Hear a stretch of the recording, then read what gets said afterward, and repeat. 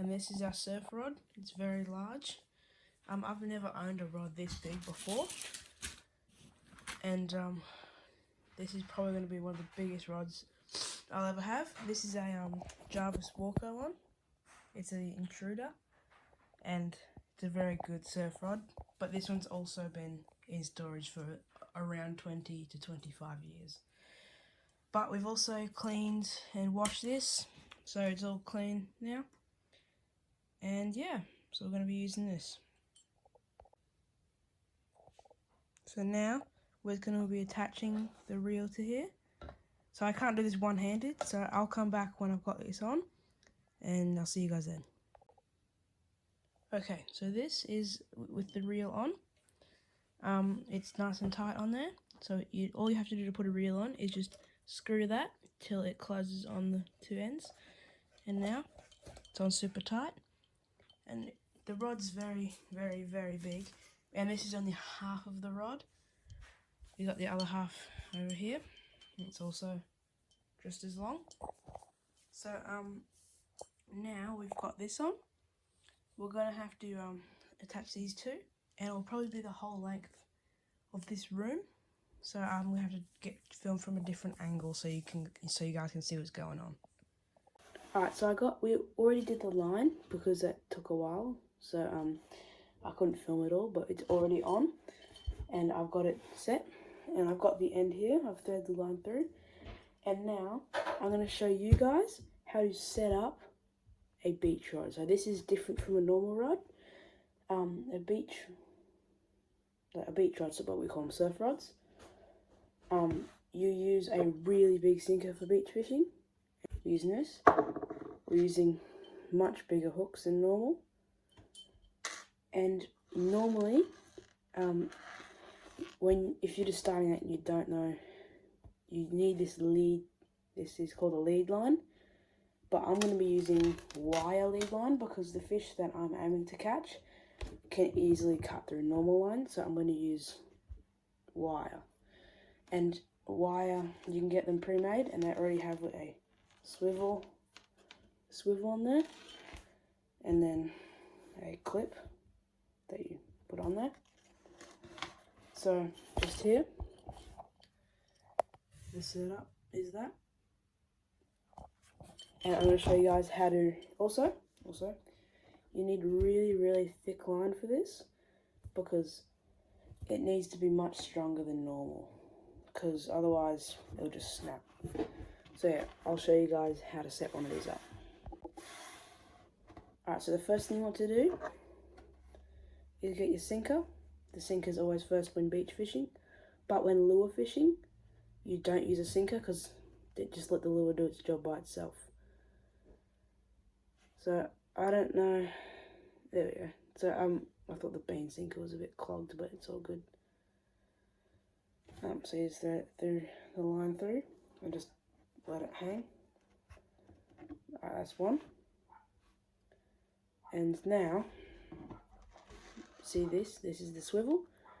Kalau has made a video of how to do one of these knots. It's called a loop knot.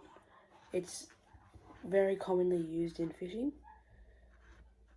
And you just turn it like this 8 times. If you want a more detailed version of this, you're going to have to watch one of Klau's videos. It's one of our past videos. We posted a while ago. And it's just about how to make one of these fishing knots. They're really easy. You tie it like 8 times around that. Put this through the loop and then pull. And mine wasn't that clean, but that's what it's supposed to look like. You can cut this off, but don't cut right off because otherwise it will undo the knot. So leave like that much, or like that much left. So you can just cut the rest off.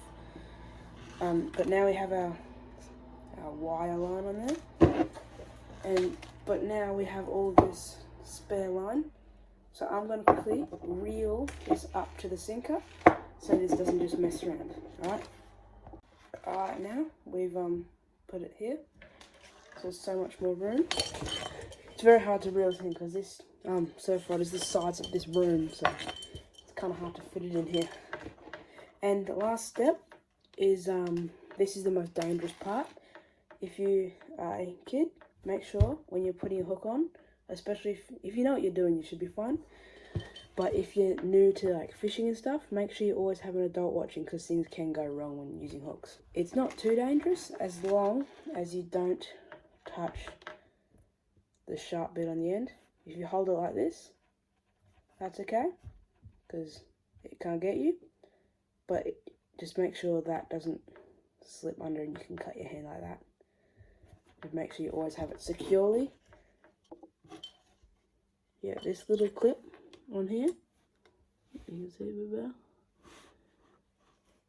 So you unclip this little bit right here, so it looks like that. And then you put the hook on there, and you just click it back on. It's a bit tricky. There we go. You clip it back on, and that's the hook on. So this is the end product. So you go hook, and then sinker.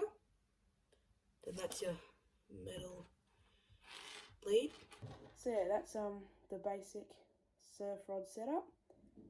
In the future, I will be making a video of how to set up a very normal rod, just a very easy one, just really normal. And you don't need sinkers this big, or you can use this kind of wire lead, but you don't really need to for most fishing. But it doesn't really change, it just kind of makes it stronger, but it's just a little bit more expensive.